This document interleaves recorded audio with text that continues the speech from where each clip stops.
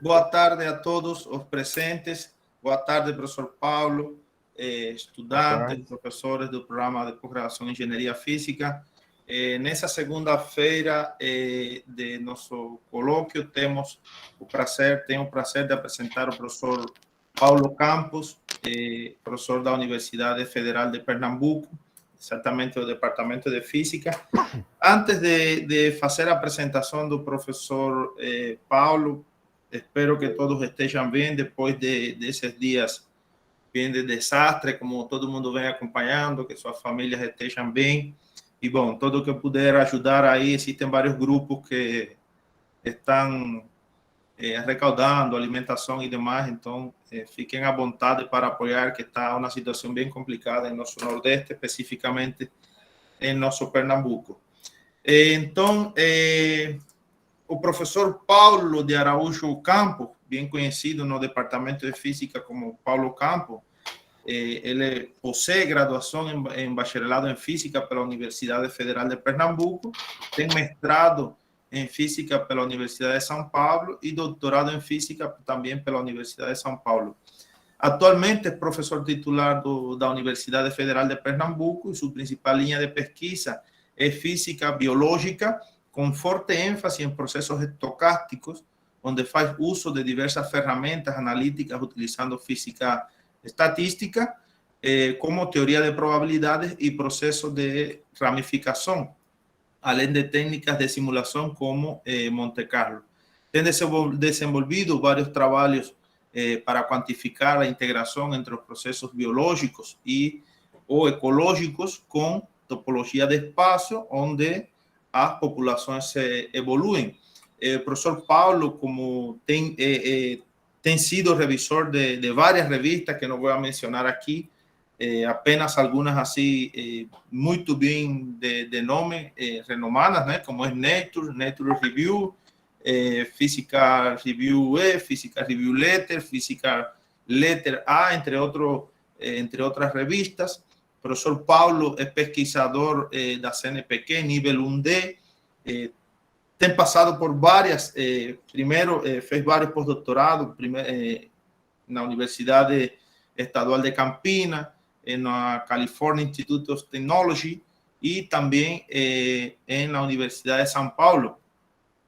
E assim, o professor Paulo passou já por vários institutos como professor visitante, incluindo, um detalhe importante, o professor Paulo foi professor, inclusive, da Universidade Federal Rural de Pernambuco, antes de vir para o Departamento de Física da Universidade Federal. Estive no Instituto de Tecnologia de Califórnia, tem também colaborações em Instituto de Ciência em Portugal. E, bom, se fico mencionando aqui, se começo a mencionar todas as colaborações e estadias do professor Paulo, acho que vamos a perder, não, senão vamos ocupar o tempo do colóquio dele. O professor Paulo também tem orientado diversos estudantes de mestrado, de doutorado, e tem mais de 80 publicações em revistas de alto impacto que envolvem todas as áreas de pesquisa do professor. Um detalhe interessante é que a maioria dos trabalhos do professor Paulo, além de serem revistas de alto impacto, são trabalhos que são compostos por uma, duas, três pessoas máximo. Então, o trabalho do professor Paulo é extremadamente intenso nos últimos anos e mostra a capacidade e o nível da pesquisa que ele vem desenvolvendo. Professor, agradeço imensamente por você aceitar esse convite do nosso programa de pós-graduação e agora deixo você para fazer sua palestra. Obrigado, Ramon. Em primeiro lugar, é uma honra, né, ter recebido esse seu convite, né, para dar esse colóquio hoje, né, na Federal Rural de Pernambuco, na Unidade do Cabo. Como você mesmo disse, eu de 2004 a 2012 fui professor, né, da Federal Rural de Pernambuco. Então, a Federal Rural de Pernambuco é minha segunda casa. Inclusive, a Viviane, né, que é a minha esposa, é da Federal Rural de Pernambuco também, certo? E tem muitos amigos na instituição, tá certo? Ok. Então, hoje, vocês me perdoem, os slides estão em inglês porque parte desse trabalho eu apresentei em inglês, mas a maior parte dos slides estavam prontos. Eu apresentei recentemente. E aí adicionei alguns poucos slides. E aí ficou em inglês mesmo, tá certo? Então, me perdoem aí por não ter traduzido, né, essa apresentação, tá? Ok, vou falar do modelo de geométrico de Fischer, né? Logicamente vou definir o que é o modelo, mas é um modelo muito importante, né, em biologia evolutiva, né? E posteriormente começou a ser usado também em ecologia teórica. E, na verdade, eu vou começar falando de ecologia e, assim, se a gente tiver algum tempo, vou falar de um trabalho que a gente acabou de submeter, que é mais na área de biologia evolutiva, utilizando o modelo geométrico de Fischer. Então, só para situar, como o Ramon citou, eu sou físico, mas trabalho nessa interface aí física biológica, né?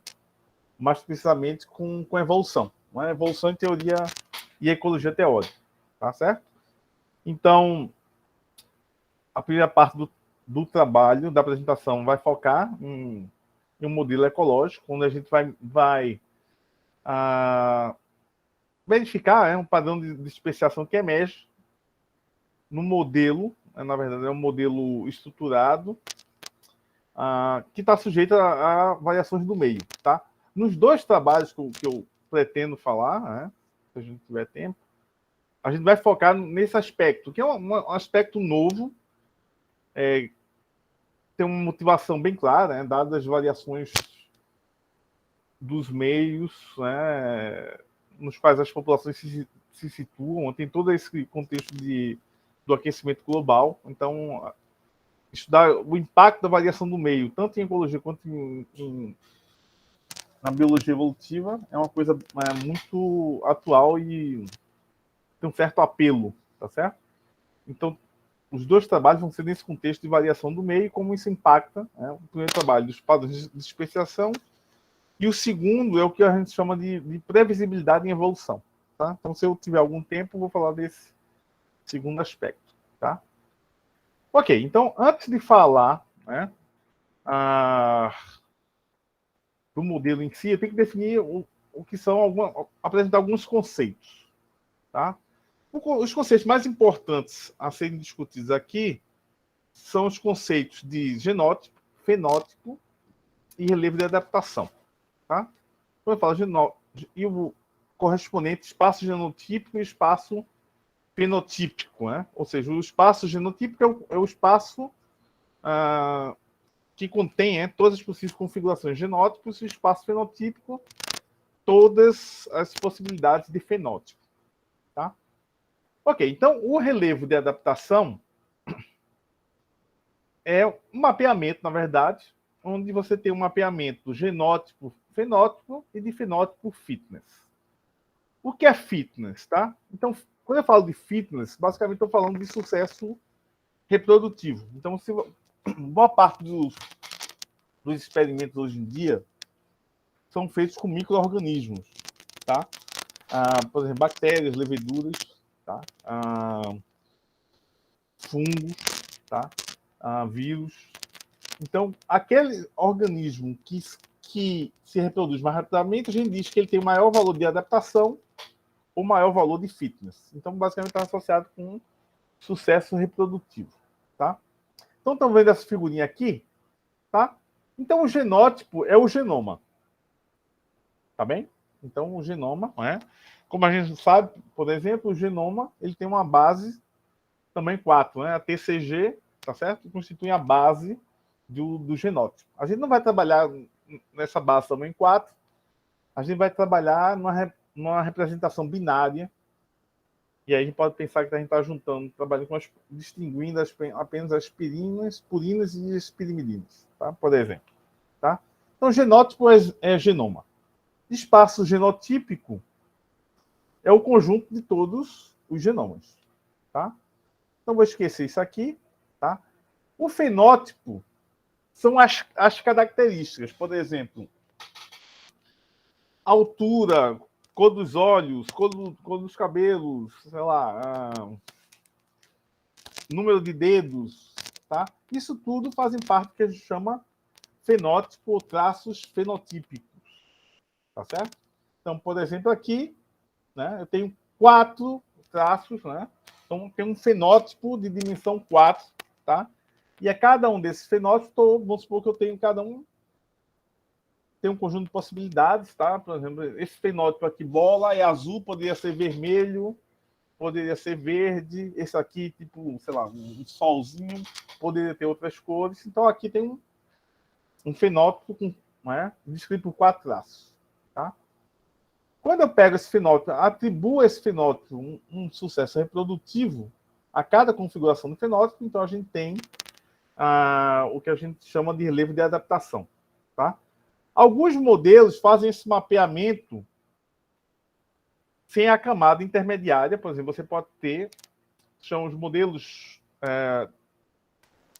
de relevo, genotipos, quando você atribui diretamente o valor de fitness ao genótipo.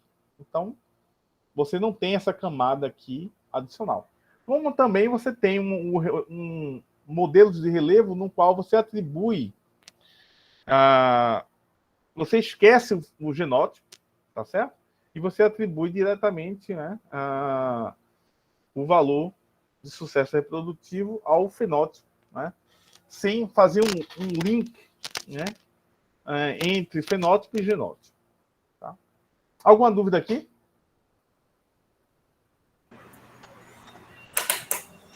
Pode continuar, que geralmente eles perguntam até o final. Tá, mas pode perguntar no meio, pessoal, tá bom? Tá claro o que é fenótipo? Tá claro o que é genótipo? Tá sim, professor. Tá sim? Beleza. Então, como eu disse, a gente vai trabalhar na representação binária. Tá certo? Então, aqui eu tenho um genoma de tamanho 3. Quando eu digo representação binária, ao invés de ter ATCG, eu vou ter 0 ou 1 para cada posição. Tá bem? Então, se meu genoma tem tamanho 3, então meu espaço genotípico é um espaço tridimensional. Tá certo? E eu tenho 2 elevado a 3 combinações possíveis de genótipo. Então, tem 8 genótipos possíveis. Se fosse um genótipo tamanho 4, estaria em 4 dimensões e teria 2 elevado a 4, ou seja, 2 elevado a 16 genótipos possíveis. Tá bom? Aqui a gente está conectando os primeiros vizinhos, ou seja, aqueles que diferem apenas de um dígito, tá certo? Tá bom? Ou seja, é aquilo que a gente chama de distância de Hamming 1, tá? Então, a diferença daqui para cá é um dígito, daqui para cá é um dígito, daqui para cá é um dígito só, tá? Quando a gente conecta isso aqui, esses primeiros vizinhos, a gente tem o que a gente chama de hipercubo, tá?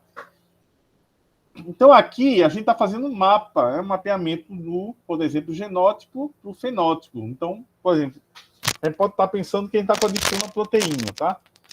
Então, algumas configurações levam por exemplo, uma proteína que tem uma função beta e outras configurações vão levar, por exemplo, esse 000 e 100, uma proteína que tem uma função beta, por exemplo. E aqui tem 4 configurações que levam são configurações que não têm nenhuma funcionalidade, por exemplo. Tá bem? Ok? Vou esquecer isso aqui por enquanto, tá? Ok, então, veja só. Vamos supor que eu tenho 2 traits. Vamos falar de fenótipo. Por exemplo, um fenótipo... Esses fenótipos aqui estão relacionados com o que a gente chama de Life History Traits. Tá? Então, aqui, eu tenho aqui o tempo de vida. É um traço, tá certo? É um trait. E aqui o número de filhos. Tá certo? Em geral... seres, organismos que vivem pouco, têm muitos filhos. E aqueles como o elefante, que vivem muito, têm um número menor, uma prole menor. Tá certo? Tá? Em geral, você tem essa relação entre tempo de vida e número de filhos, porque existe uma coisa que são chamados trade-offs. São relações, né, entre dois traits, e essas relações são descritas por um funcional negativo, ou seja, existe uma correlação negativa entre essas duas quantidades. Tá? Isso ocorre porque, né, existem, né, vínculos, né, energéticos, físicos, fisiológicos, até mesmo termodinâmicos, tá? Que, por exemplo, né, é difícil, raramente você vai ver um organismo que vive muito e tenha muitos filhos. Tá? Ok, aqui tem alguns dados experimentais, né, empíricos. São 2 traços aqui, fertilidade, né, basicamente tem a ver com o número de filhos, e o tamanho do corpo. Tá? E, novamente, a gente vai ver, né, que eles obedecem também uma relação de trade-off. Tá? Mas a gente não vai focar em trade-offs aqui nesse trabalho, tá certo? Estou apresentando aí um espaço aí né, fenotípico com 2 traits. Tá? Ok, o que é o modelo de Fischer? Então vamos falar do modelo de Fischer. É um modelo fenotípico. Originalmente é um modelo fenotípico. Então, originalmente ele não tinha essa camada do genótipo, tá? Não era considerado, tá? Então, o fenótipo, né? Então, a cada organismo você associa um vetor fenotípico. Por que eu estou falando de vetor? Porque a gente tem um espaço fenotípico, tá certo? Cuja dimensão é o número de traços, né, que a gente utiliza para descrever o organismo. Se ele tem só 2 traços, então a gente vai. Esse espaço fenotípico é um espaço bidimensional. Se tem 3 traços, vai ser tridimensional. Se tem 10 traços, um espaço de dimensão 10. Tá? E, logicamente, que a adaptação, o nível de adaptação, ou seja, o fitness do organismo vai ser determinado por esse vetor fenotípico. Por quê? Porque no modelo de Fischer, a gente assume que existe um fenótipo ótimo. Tá certo? Existe uma configuração de fenótipo que te dá o maior valor de adaptação. Tá? E o valor de adaptação decai à medida que você se afasta desse fenótipo ótimo. Tá? Ok? Então, a viabilidade de organismo, você pode pensar aqui, essa viabilidade como sendo o próprio fitness. Tá? A gente assume que ele decai exponencialmente com o quadrado da distância ao fenótipo ótimo. Então, H é um vetor, tá certo? Que corresponde ao fenótipo ótimo. Tá? Quem é esse parâmetro αr? 1 sobre αr faz o papel de uma magnitude da seleção, a força da seleção. Quando esse αr vai a infinito, tá?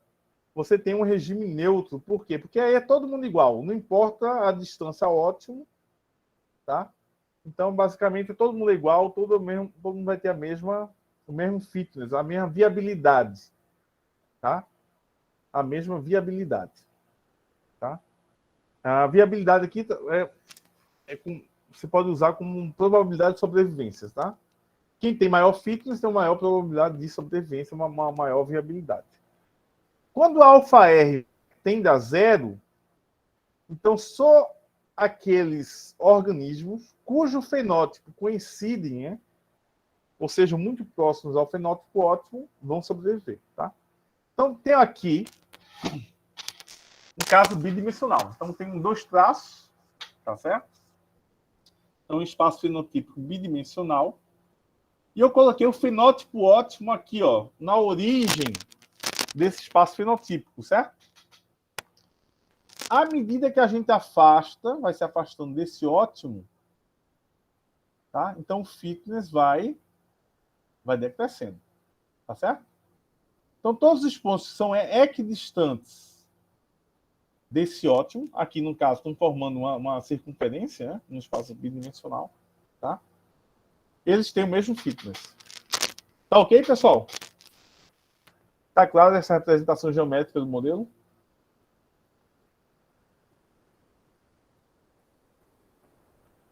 Alguma dúvida?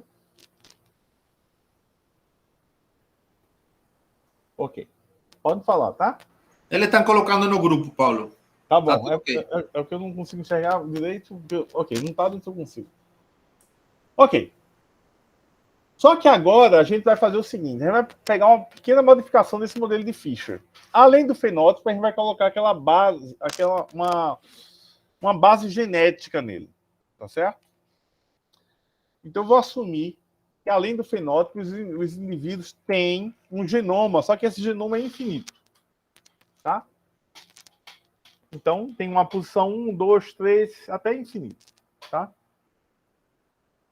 Então, por que eu estou considerando o genoma infinito? Porque eu estou assumindo o seguinte: como é infinito, se uma mutação ocorre, ela ocorre numa posição que nunca ocorreu antes. Porque o genoma é infinito, é a probabilidade de que a mutação ocorra numa posição que já tem uma mutação vai a zero, tá bom?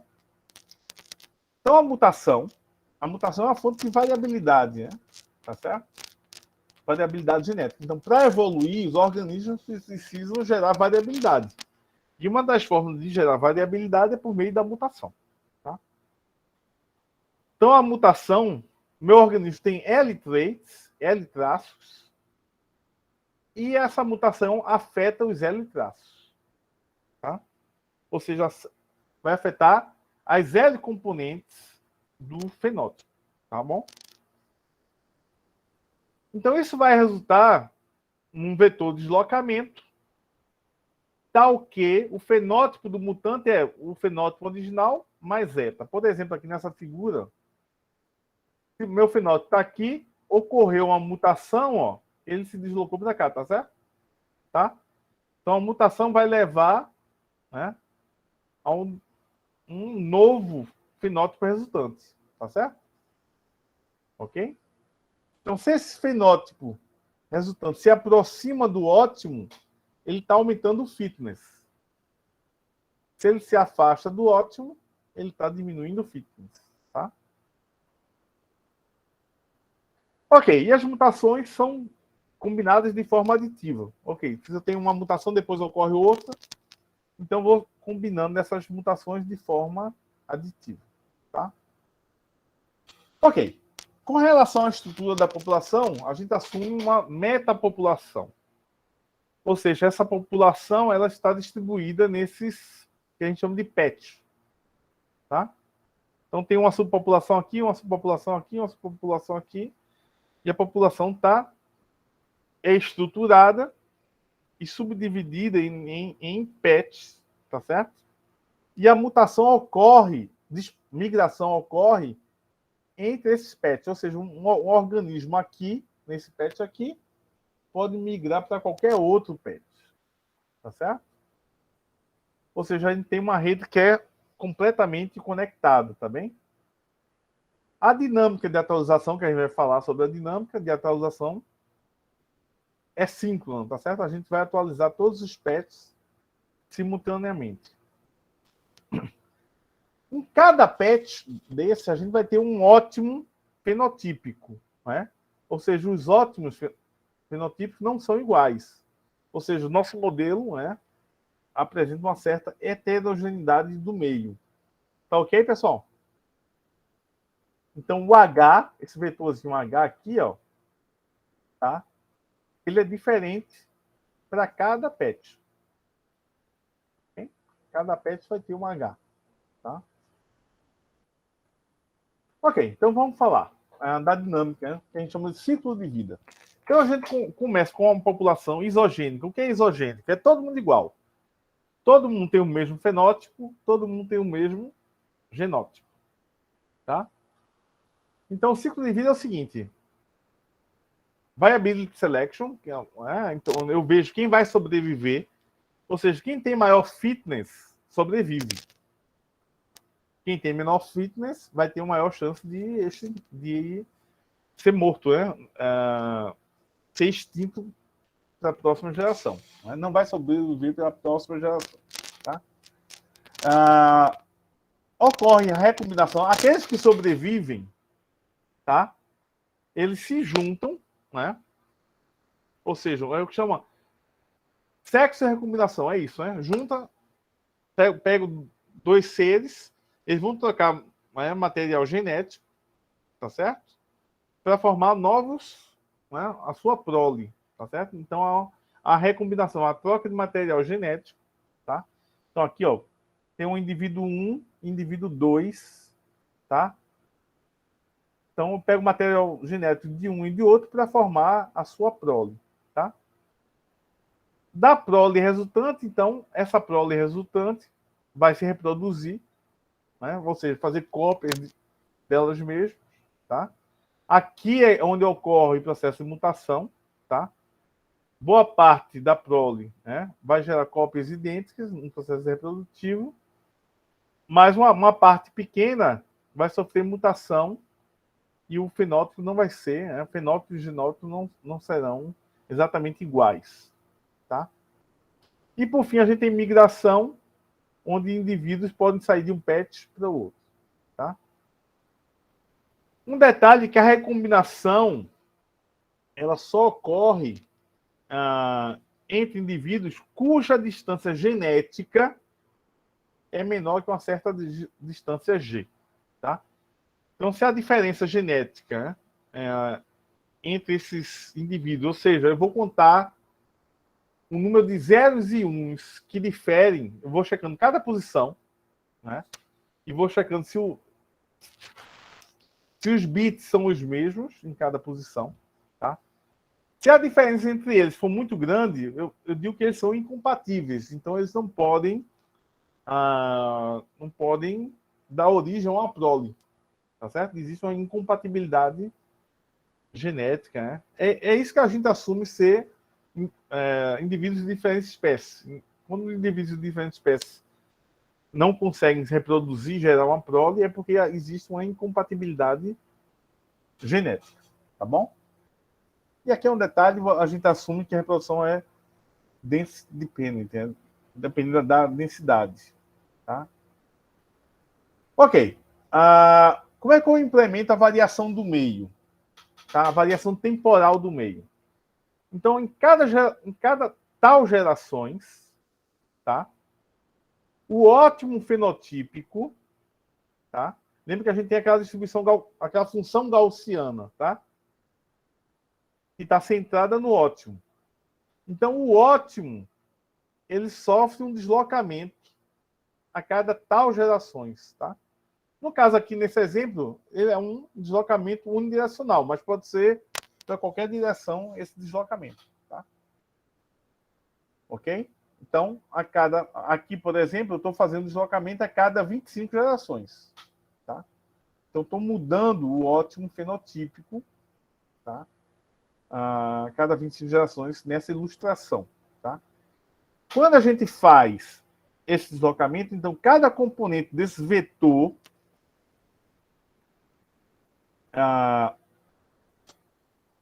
associado ao ótimo, né, fenotípico, cada componente vai mudar por uma quantidade que é tirada de uma distribuição normal de média zero e desvio padrão sigma h.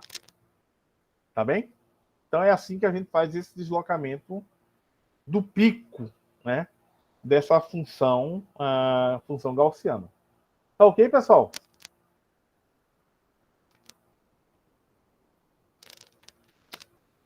Ok. Então vamos lá. Ok. A quantidade que a principal quantidade de interesse nesse trabalho aqui é a que a gente chama de diversidade de espécies. O que é diversidade de espécies? Basicamente é o número de espécies na minha população, tá? Na minha metapopulação, tá? Só como é que eu sei que dois indivíduos, né, com genótipos distintos pertencem a espécies diferentes? Então, ó, primeira coisa, eles têm que ter aquela incompatibilidade genética, né? Ou seja, uma distância de Hamming maior que G.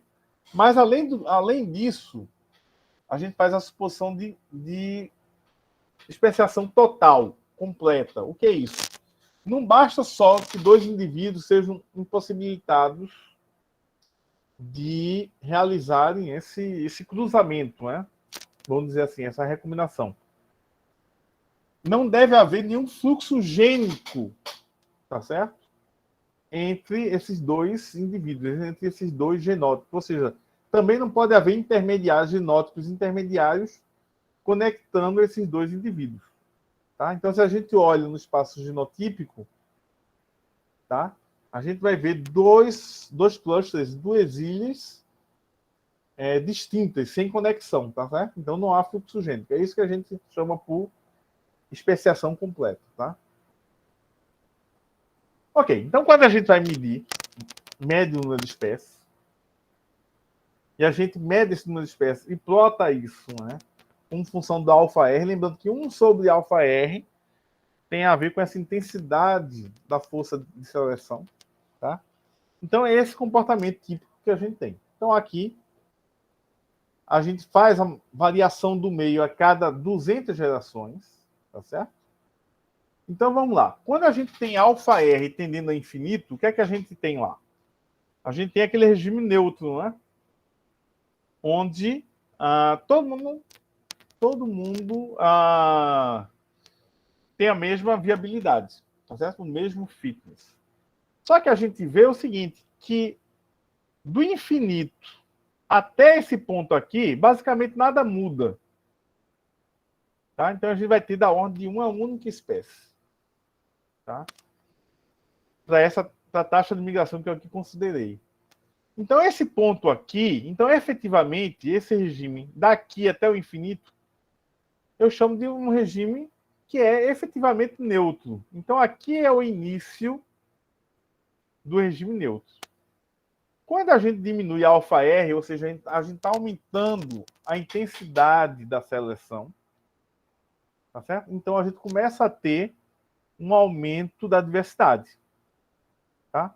Até esse ponto aqui, e eu alcanço um platô onde eu tenho diversidade máxima, tá?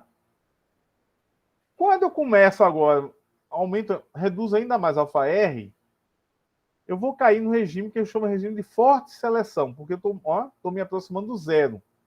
Quando a alfa-R vai a zero, apenas aqueles que têm um fenótipo igual ao fenótipo ótimo vão sobreviver. Né? O que é que está acontecendo aqui? A gente aqui tem um regime que é basicamente determinado por eventos, né, de extinção e recolonização daqueles pets. Então, aqueles pets, né, estão sujeitos.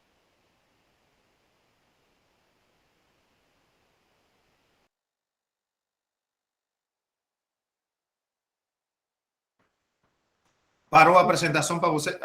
Tá. Deu uma travadinha aí. Voltou? Voltou, agora voltou. Voltou. Então, beleza. Voltou. Então, aqui, olha, parou aonde, mais ou menos? A parte da extinção dos pets. Exatamente aí quando eu ia começar a falar. Pronto. Então, nesse regime aqui, o que é que a gente vai ter? Nesse regime de forte seleção. Então, aqui, ó, nota que aqui eu estou considerando um intervalo menor de alfa-R. Então, aqui é o risco de extinção da população como um todo. Então, note que até 0,6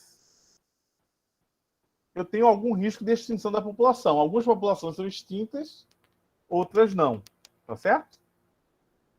E eu tenho também o quê? Eu estou medindo aqui a fração dos pets que são não vazios. Então, o que é que a gente está tendo? Ou a gente tem extinção total da metapopulação, mas essa cai rapidamente, né? Ou a gente tem, naquelas populações que não são extintas, os pets sendo extintos, né? Eu tenho extinção local, mas esses pets são rapidamente colonizados por indivíduos que vêm de outros pets, tá certo? Então, aqui a dinâmica é muito determinada, né, por esse regime de extinção, recolonização de pets, tá certo?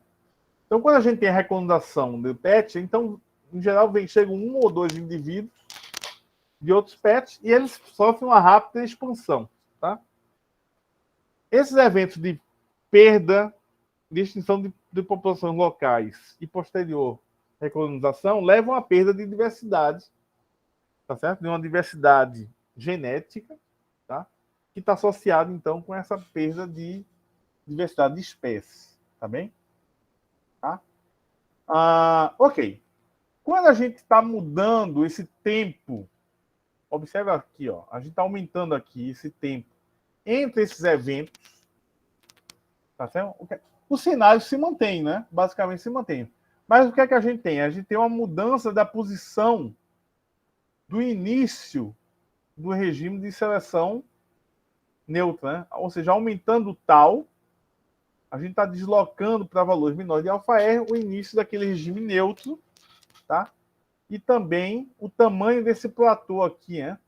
De massa da diversidade. Esse tal tendendo ao infinito é um regime estático, né? Ou seja, eu não tenho...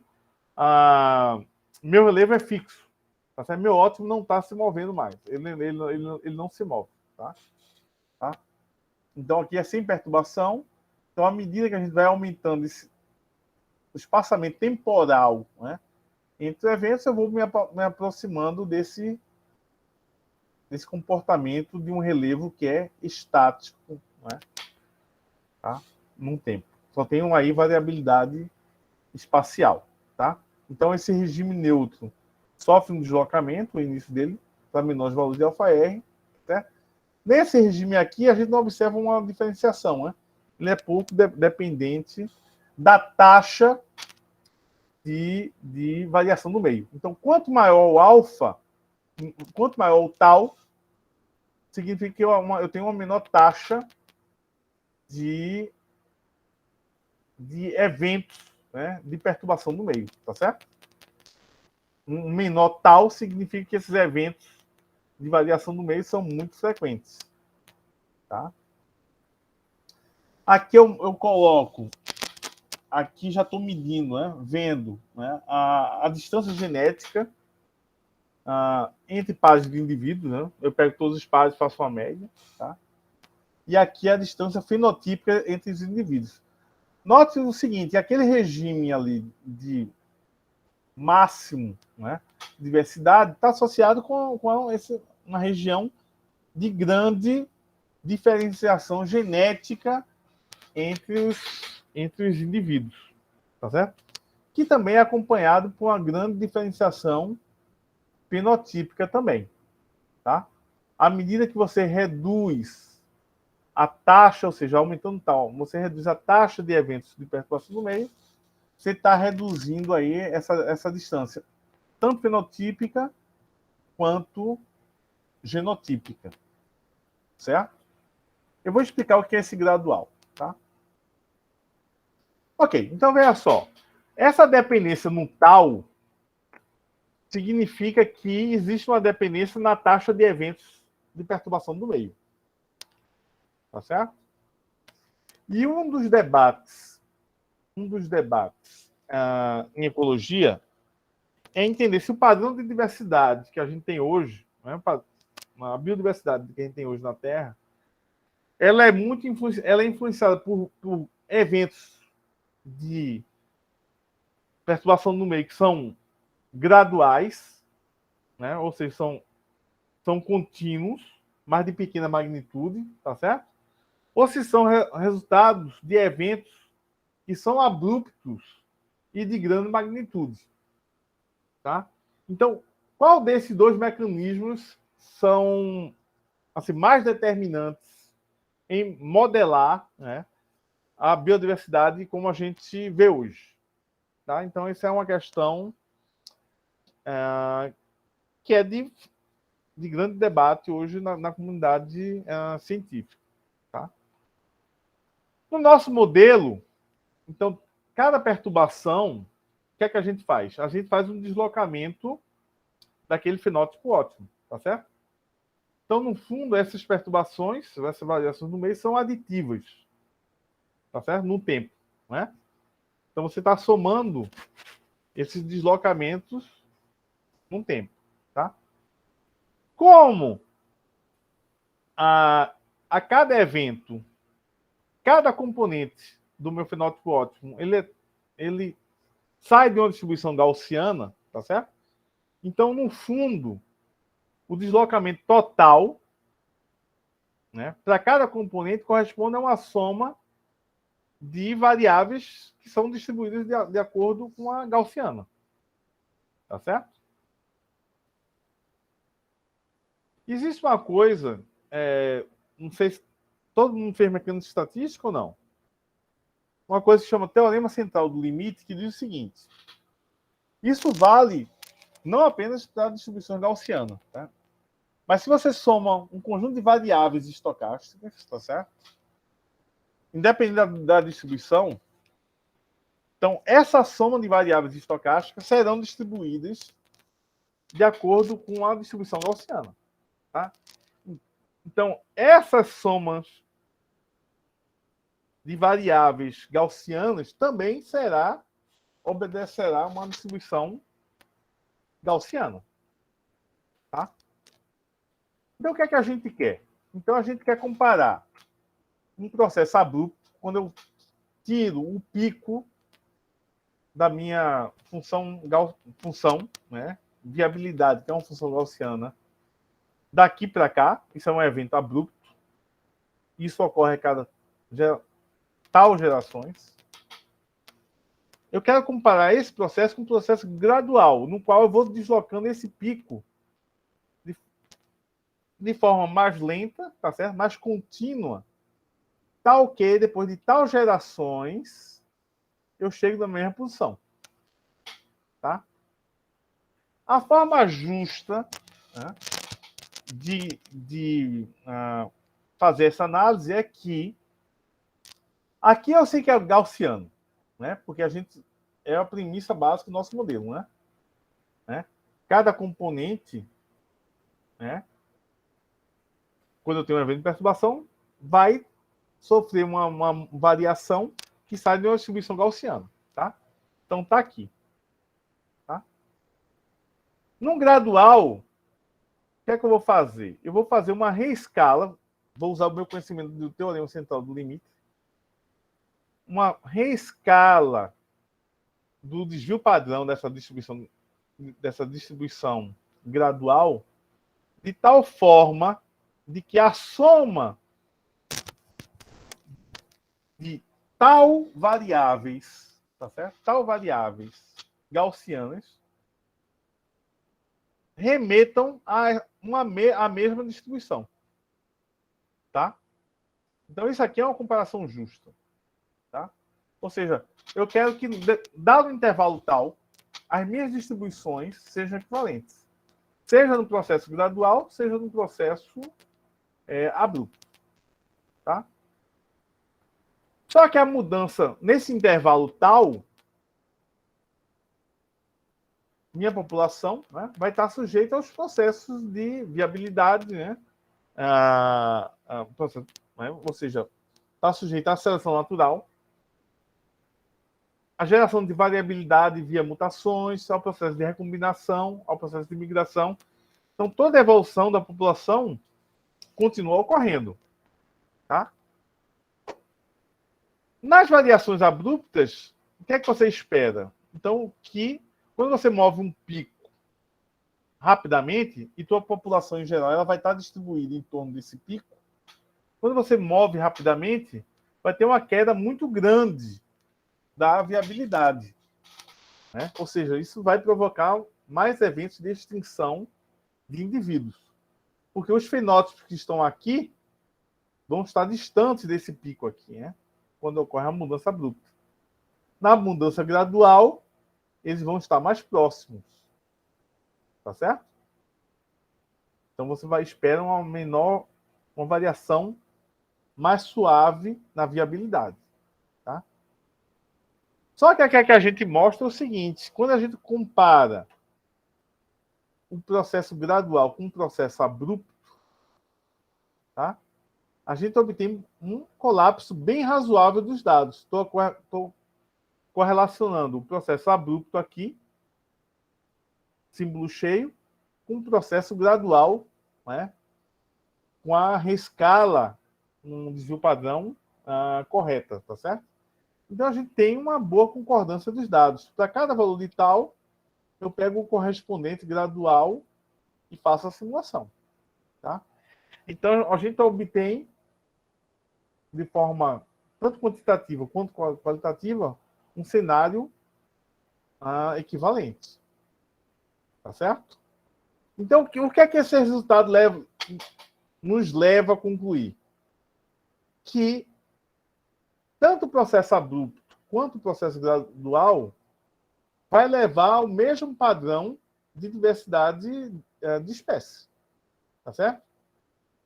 O que importa não é a taxa de perturbação do meio, mas o que importa é, dado o intervalo de tempo, qual magnitude, aí sim existe uma dependência, na magnitude do evento de perturbação. Tá? Então, não vai existir uma dependência na taxa que eu saio daqui para cá, mas vai existir uma dependência nesse deslocamento aqui. Tá? Então, existe uma dependência num deslocamento, não mostrei aqui, mas existe uma...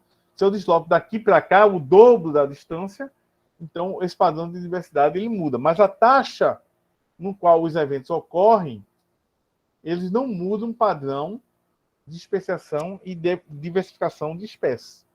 Tá certo? Então, aqui, ó, quando eu mostrei aqui a diversidade, o nível de diferenciação genética e fenotípica, também existe uma boa concordância entre os dados obtidos para eventos abruptos e para eventos que são contínuos e graduais. Tá certo? Atualmente, continuamos trabalhando nesse trabalho, né? Só que estamos introduzindo uma componente nova, né? Que é chamada plasticidade fenotípica. O que é plasticidade fenotípica? É a habilidade do organismo de mudar seu fenótipo em resposta a uma variação do meio. Tá? Por exemplo, posso dizer aqui, ó, que ao invés de ter uma função exatamente dessa forma, eu posso dizer que daqui para aqui, tá? O fitness é o mesmo. Por exemplo, aqui seria uma função chata, tá? Seria tipo assim, ó, ao invés de ter um pico suave aqui, teria um pico, aqui teria uma reta aqui, ó, tá? Ligando os pontos, ou seja, plasticidade fenotípica. Então, qualquer configuração aqui estaria levando ao mesmo valor, ou seja, a um valor máximo de adaptação, tá? O que a gente vê até agora, tem os resultados preliminares, que o padrão de especiação é pouco alterado, tá certo? Com o nível de especiação. Esse sigma pp é essa largura aqui, né? Então, estou aumentando essa largura da tolerância, tá? Do organismo à variação do fenótipo. Então, o padrão, então, do ponto de vista qualitativo, o cenário não muda, tá certo? Quantitativo tem uma pequena diferença, né, nesse padrão, mas o principal é que você colocando essa componente nova, a plasticidade fenotípica, que é algo muito comum, né, em populações reais, tá certo? Então você tem uma redução, tá, do risco de extinção das populações. Né? É bem considerável. Então é algo que está sendo desenvolvido ainda pelo Osmar, meu aluno de doutorado, tá certo? Uma outra coisa é o seguinte, todos os traits, né, que a gente tratou naquele problema, né, que eu descrevi, eles são sujeitos a que a gente chama de adaptação local. Eles dependem daquele ótimo de cada pet. Mas, por exemplo, a gente pode assumir que existem traits que não estão sujeitos à adaptação local. Então, são traits, por exemplo, que são submetidos, vamos dizer assim, uma espécie de campo externo, por exemplo, a temperatura. Se a temperatura é a mesma em todos os pets, e eu tenho traços que dependem da temperatura, então esse é um trait que é, na verdade, global. Tá? E a gente vê que, de fato, né? Então, por exemplo, eu tenho um sigma, aquele desvio padrão associado à variação Nesse caso aí eu tenho um σg associado ao trait global, tá certo? E o σh que é associado ao trait, aqui está σl, ao trait local, tá?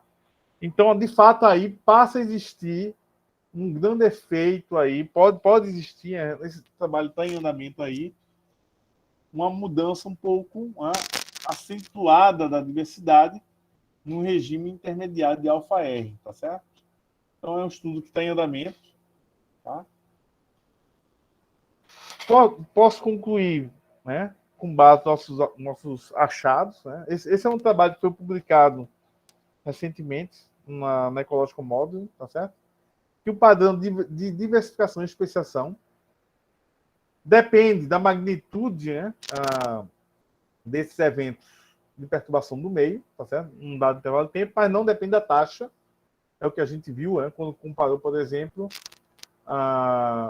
os eventos de perturbação do meio graduais e abruptos, tá?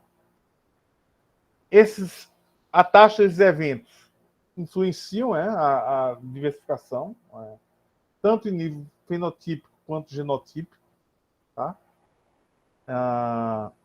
Aqui a gente vê isso, né? Mudando o tal. Mudando o tal, a gente tem essa mudança, né? Tá certo? Ok?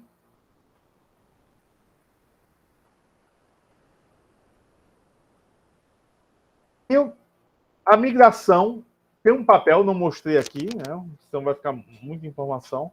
Mas a migração, a taxa com que os indivíduos migram, tá? Entre espécies também tem um papel importante, tá? Isso aqui não foi explorado aqui, mas basicamente, mudando a migração, você muda essa largura aqui, tá certo? A largura desse platô, tá? De máxima diversidade, tá? Se a migração for muito baixa, vai chegar um ponto em que esse platô se estende ad infinito, tá?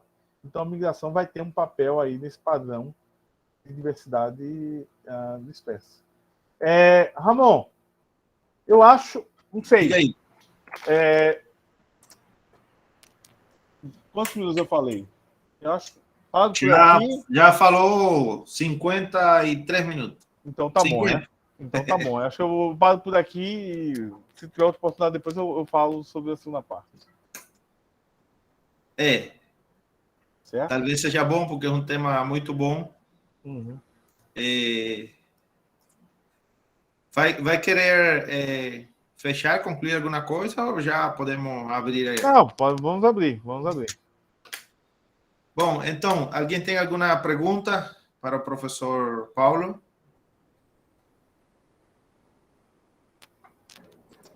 Professor Paulo, boa tarde novamente. Boa tarde, Luiz. A escolha, a dinâmica, como é que é feita essa parte, o senhor usa o nome Monte Carlo para fazer essa... eu uso. Quando a gente vai implementar, por exemplo... Então, tudo está descrito aqui, né? Quando a gente... A viabilidade de seleção, certo? A gente vai sortear, né? Toda vez, então, por exemplo, a gente vai sortear um número. Então, a viabilidade é um número entre 0 e 1, tá? Então, a gente sorteia um número aleatório, tá? Se for menor que a viabilidade, é que o indivíduo sobrevive, se for maior, o indivíduo morre, tá? Então, a gente está fazendo Monte Carlo nessa etapa aqui, né? Como a gente...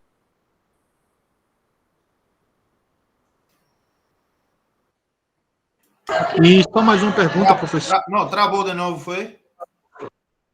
Oi, eu estou ouvindo. Não, mas cortou, não cortou para... Acho que cortou na metade da... Não, então, a gente... Nessa etapa aqui, na dinâmica, a gente usa Monte Carlo, né? Basicamente, está usando Monte Carlo aqui. Viability Selection, né? Faz a viabilidade. E aqui na reprodução, a gente usa Monte Carlo, né? Ok, só uma pergunta, professor. O senhor faz algum comparativo com alguma espécie para comparar, ver se o modelo se adequa para para determinados tipos de espécie ou não, ou plantas ou animais mesmo, se eles funcionam da mesma forma? Não. A gente aqui não fez nenhum comparação, né, com dados empíricos, até porque é difícil, né, tipo, no sentido você empiricamente controlar quanto é o alfa-R, entre de seleção. Mas assim, o modelo de ficha é um modelo que já foi testado em algumas situações, tá? Principalmente em populações de micro-organismos. Então é mais fácil testar esse modelo em modelos de micro-organismos. A gente não fez nenhuma análise comparativa, não. Certo? E a outra pergunta, será que, por exemplo, como você falou aí que o trabalho poderia ser testado com micro-organismos, será que no caso da Covid, por exemplo, seria possível calcular esse alfa-R da Covid e ver qual a probabilidade, qual é a quantidade de mutações que podem ocorrer no genoma do vírus da Covid? Olha, essa dinâmica de metapopulação, esses modelos de metapopulação são modelos que também têm uma origem epidemiológica. Né? Você interpreta o PET como um indivíduo e os indivíduos são os vírus. Certo? Então, o modelo de metapopulação é aplicado em epidemiologia, sim. Logicamente que a gente não fez, né, nenhuma análise comparativa com dados de Covid. Assim, de forma geral, esse modelo de metapopulações são modelos que também têm um pé, né, em epidemiologia. Tá? Então, dá para fazer algumas coisas, né? Boa parte dos modelos epidemiológicos, eles assumem, tipo assim, que você está no regime neutro, entendeu? Vocês assumem aquele alfa-R, por exemplo, tendendo a infinito. Tá? E logicamente que é uma suposição. O alfa-R depende, né? Depende do indivíduo, depende do vírus. É algo que daria. É complexo, mas como é que eu diria? Na teoria é possível aplicar, entendeu, Luiz?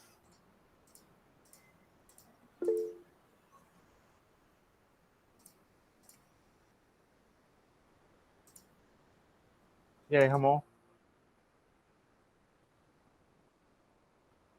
Sem microfone, professor. Oi, tá me ouvindo? Sim. Não, estava olhando a ver se tinha alguma outra pergunta aqui no chat. Alguém mais tem alguma pergunta? Bora, Luiz, aproveitar agora a tirar as dúvidas aí. O professor. Oi. Aqui, Oi, de Mayara. curiosa. Pode Mayara. O senhor comentou que a diminuição do alfa-R era um aumento da intensidade de seleção. Exato. E aí, assim, esse alfa-R também está relacionado com a questão da perturbação no meio. Não, o alfa-R aqui não. Né? O alfa-R não. O alfa-R é a pressão de seleção. 1 sobre ele é a pressão de seleção. Porque se você pegar aqui, ó, deixa eu tentar. Esse aumento da seleção também, digamos assim, Porque assim, aumenta a probabilidade de extinção. Se você faz alfa-R, quanto menor alfa-R, significa o seguinte, que pega uma distância fixa, certo? Do ótimo. Você diminuindo alfa-R, você está dizendo que aqueles sujeitos vão ter uma viabilidade reduzida, certo? Ou seja, você está aumentando a pressão, você está aumentando a pressão da seleção, entendeu? A seleção se torna mais intensa. E aumenta a probabilidade de extinção lá dos que você tinha comentado? Do indivíduo, aumenta a probabilidade de extinção, exato. Uhum. Entendeu? E no caso, vocês partiram É um parâmetro, né? O alfa-R é um parâmetro. Uhum. Porque assim, veja só, quando a gente lida com a evolução, tem modelos que são neutros, ou seja, eles não estão preocupados com a seleção, tá certo? E tem modelos que introduzem essa componente da seleção, é uma seleção do meio, né? Ou seja, a seleção natural é importante, entendeu? Então, mudando alfa R, eu estou saindo de um extremo onde a seleção não é importante para um extremo onde a seleção é máxima, né? Tá? Então, é infinito não é importante e em zero é máxima e valores intermediários vou ter uma seleção intermediária, entendeu? Uhum. E aí, como o Luiz tinha perguntado também, no caso, esses modelos aqui e que vocês estudaram são para uma população de micro-organismos? Então, veja só. Aqui é um modelo teórico, né? Então, a princípio, é um modelo geral, tá? Só que hoje em dia, a biologia evolutiva experimental, muito do que a gente sabe hoje, né, vem de estudos com micro-organismos. Por quê? Porque a escala de tempo, né, de experimentos no laboratório com micro-organismos é bem reduzido. Você consegue fazer experimentos na escala de dias, de meses, certo? Se você for fazer um experimento numa escala ecológica, né, de organismos maiores, por exemplo, com animais, etc., então você vai precisar de séculos, né, ou milênios para ter uma amostragem suficiente para descrever uma evolução temporal, né, dos processos. Então é mais fácil ver como um micro-organismo. Uhum. No caso, a gente está dentro desse experimento ainda de larga escala temporal. Exatamente. Então a gente faz parte, né, de um experimento, né? Então, logicamente, aqui ninguém vai viver, né, para saber o resultado. Então a gente, né? Mas o compilado dos resultados de várias gerações pode chegar a alguma coisa. Exatamente. A teoria moderna de evolução, ela foi, né, fundamentada mesmo, né, no início do século passado. Então, é uma teoria recente, né? Então, daqui que a gente, né, consiga ter uma evolução temporal razoável, né, vai levar alguns milênios, né, sem contar que em laboratório você controla as condições do teu experimento, né? E aqui não, a gente tem muitas influências externas, né? Então você não tem um controle dos teus parâmetros, né? Então é muito conveniente fazer experimento no laboratório. Verdade. Entendeu? Obrigada, professor. Parabéns pelo trabalho aí. Muito bom. Obrigado.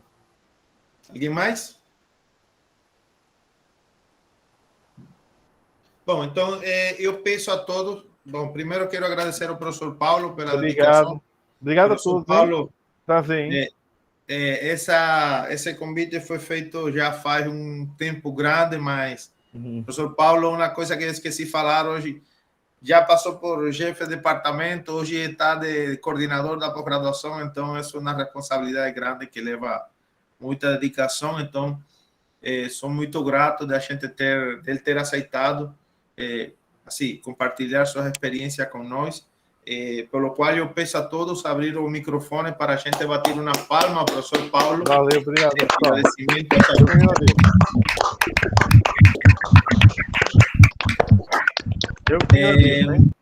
E sobretudo nesse tempo complicado, né?